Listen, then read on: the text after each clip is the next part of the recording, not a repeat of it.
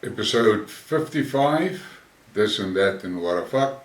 And in this episode I'm going to talk about immigration, the Baltic states, Medvedev, Moldova, some NATO stuff, and then the protests that are currently going on in Europe.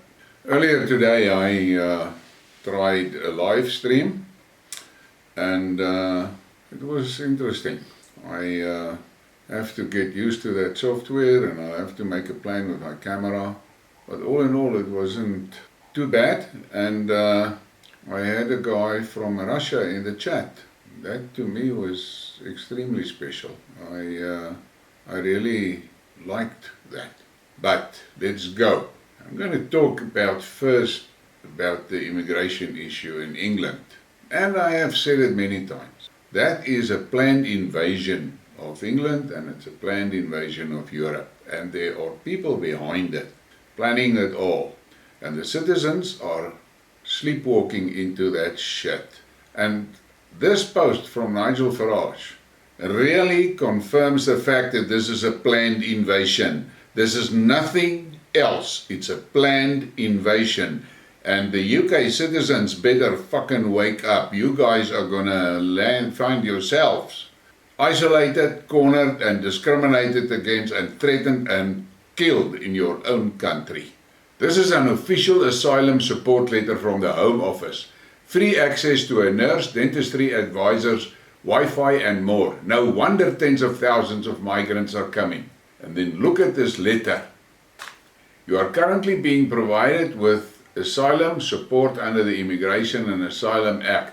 I'm informing you that you will be moving to Napier, Kent on 9th of April 2021. It's anticipated that you will reside at Napier for between 60 and 90 days. You are not being detained under immigration powers and Napier is not a detention accommodation.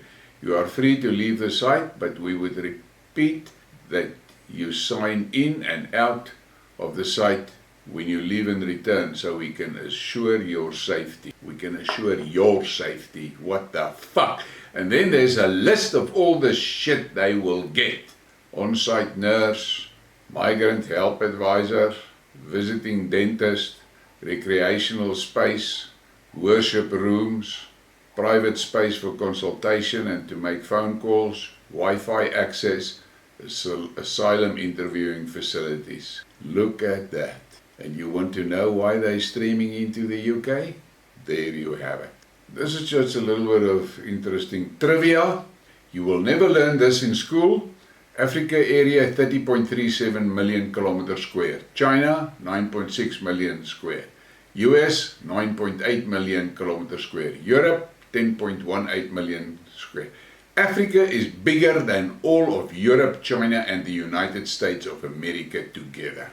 Let that sink in. And then we're in the Baltics. The Latvian government will consider a law on the restriction of the Russian language. This will be a law that means the end of bilingualism, the Cabinet of Ministers said at a press conference. For fuck's sakes. I cannot understand what the hell is going on in that postage stamp countries sitting there so close to Russia. Didn't they see what the fuck happened to the Ukraine over the same type of shit? I don't know. They've got some sense of false bravado. More. Inflation in Lithuania comes to grow rapidly. Another record has been broken. The inflation rate reached 21.1% per annum in August. This is the highest figure for the last 25 years. Listen, I have said it in a previous Skidmarks. Those Baltic states don't actually deserve to be states. The best option for them is the three of them should federate together and change their attitude towards Russia. They are fucked. The EU is financing them. The EU is giving them so much money to keep them artificially alive. And for what reason? The Baltics people better fucking wake up. You are the next proxies. They're lining you up. Why the hell do you think they give you so much money, which you don't deserve? Why? You are going to be one of the proxy stooges that's going to be thrown into the meat grinder. Watch and listen. And then we get Medvedev. Commenting on the possible use of tactical atomic weapons or arms containing depleted uranium, the former president noted that Russia has never put those into action, unlike some Western countries. Over the past 20-30 years, the NATO states have used them quite actively, both in Yugoslavia and Iraq. There is some uncertainty around this topic with very tragic consequences. So in this sense, we must first look at what the Western countries have done in certain situations. And he is talking about the depleted uranium ammunition. And the West, they have been using that. More from Dmitry. US is now vulnerable and weak. Reason why US want the war to continue in Ukraine is because it cannot afford for Russia to be the victor. That would be the end of NATO and US hegemony. This is all about crushing Russia because they assured NATO and the EU it would happen within weeks. And that is the truth, and this is something that the West should take note of. And in the live stream I spoke about that Kinshal missiles. And then there is Dmitry, this is typical of him to make these posts in which he gives little jabs towards the EU. The time has come for the EU to impose a price ceiling on pipeline gas from Russia, said Auntie von der whatever Leyen. It will be like oil. There will simply be no Russian gas in Europe. And that is the truth. But what the fuck is going on there in Europe? Meanwhile, former Russian President Dmitry Medvedev warned on Friday that in the event of introduction of such a price cap, EU nations won't get any Russian gas. It will be like with oil. There will be no Russian gas in Europe. But the EU don't listen. Dmitry Medvedev responded to Scholz, who said that Russia is no longer a reliable energy supplier. Germany, A, is an unfriendly country. B, has imposed sanctions against the entire economy of Russia and its citizens. C, supplies Ukraine with lethal weapons directed against our armed forces, the deputy chairman of the Security Council recalled. According to him, Germany acts as an enemy of Russia. And this guy is surprised that Germans have some minor problems with gas? And he is so right. The EU started this energy war, this sanctions war against Russia. And now they are paying the price for it. And they want to make Russia feel guilty about it. Russia's had enough of this shit. And then we get to Moldova. Moldova is waiting for a lamp and bourgeoisie. Gagosias, deputies called on President Sandu to go to Russia and negotiate gas prices there. Put everything aside. Our children cannot sit in schools at 15 degrees in classrooms, said the deputy. And we don't have 15 degrees yet. Then the deputies recalled the president's visit to the anti-Russian Crimean platform. And that was the story.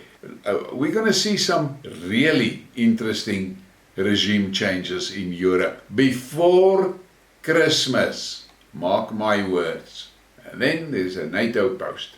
Hackers sell NATO secrets. NATO is investigating the reported sale of its classified documents by a hacker group, the BBC reported on Thursday. Some of the data describes in detail the production of the MBDA missile systems, a pan-European defense manufacturer. We have no indication that any NATO network has been compromised. What else will they say? You can read the rest if you want to, but the hackers have got them. And then we have this from NATO. The US spends much more on defense than the next 9 countries combined. The United States spends more on military needs than the next 9 countries in the ranking combined. The representative of the Chinese foreign minister drew attention to this. And look at that.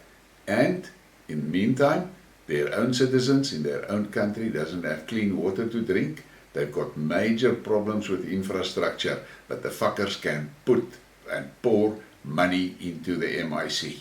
And then you look at this cartoon, and this cartoon tells a hell of a big story. And this is exactly what NATO is. Exactly. Look at that thing and think, because that is what it is. And I see a halter strap there of the Ukrainian dog has ran away. It's broken free and is now being eaten up by the bear. 1 year ago, US NATO withdrew from Afghanistan after losing a 20-year war. 240,000 died, 70 civilians. US now seized $9 billion in Afghan assets on the pretext of saving girls and women from the Taliban. The US won't release funds and Afghan girls are literally starving to death. But that's how they do. They steal other countries' money and they steal their oil and whatever they want, they just take. And then we've got that Stoltenberg. NATO chief admits that NATO allies have been training and arming Ukraine since 2014. Something to remember whenever Western media refers to an unprovoked invasion. And that is the truth. That NATO is a warmongering machine under full control of the newcons sitting there in the shithouse in Washington. And look at this map. Look at this map. NATO will not expand 1 inch, but look at 1990, look into 2019. They were looking for shit with Russia. And those Baltic countries and those other Eastern European countries like Poland, Moldova, Romania, they better wake up. The EU took you in at a hell of a price because they're financing those countries to make them countries. For what? Specifically to torment Russia, and they're going to throw them into the meat grinder. Mark my words. And we get to Poland. Belgian MP Guy Verhofstadt said that Poland will not receive EU recovery funds unless it fully restores the rule of law. And there it is. They don't like the fact that Poland has got doing things a little bit differently. But Poland has been poking the bear like hell, supporting Ukraine like hell. Now they're looking for shit with Germany, but they're not going to get that money from the EU. Poland has decided to officially demand reparations from Germany for World War II. This statement was made by the leader of the Polish ruling party. And all I can say is I've read a little bit about that. The Germans' attitude is these things were settled in, I think, 1955 or something like that. They've got a snowball's hope in hell to see if they can get any money out of Germany. Germany is bankrupt in any. And then there's just more on that reparations.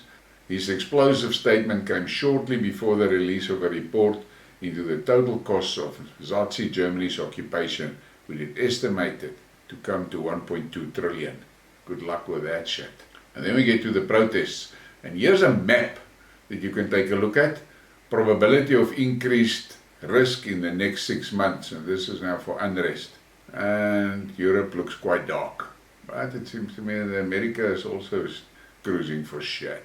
In Prague, 50,000 people came to a rally. They demand that the authorities take a neutral position on the conflict in Ukraine. The rally that is taking place at these minutes is called the Czech Republic First of All. The participants call on the government to resign and the authorities to provide the country with cheap gas. And that is how it's beginning. Now they are protesting in the streets and asking the government to resign. Just think about it. How many times will they get together like this before somebody starts calling there right from the back, bring a rope?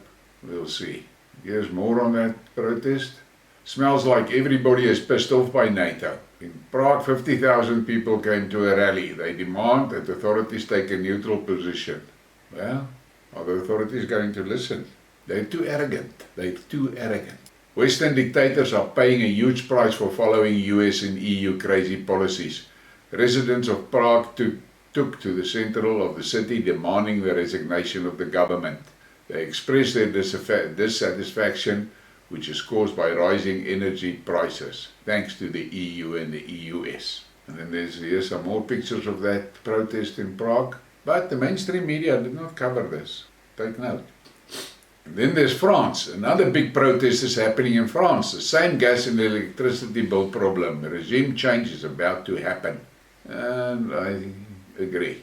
And then we get to that what the fuck. Now this what the fuck, you'll have to use your imagination.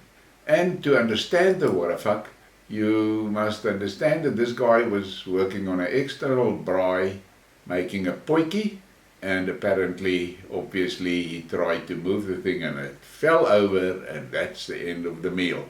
Now, the reason I picked this one is because this resembles, it's an accurate resemblance of what happened to the EU and the Russian sanctions.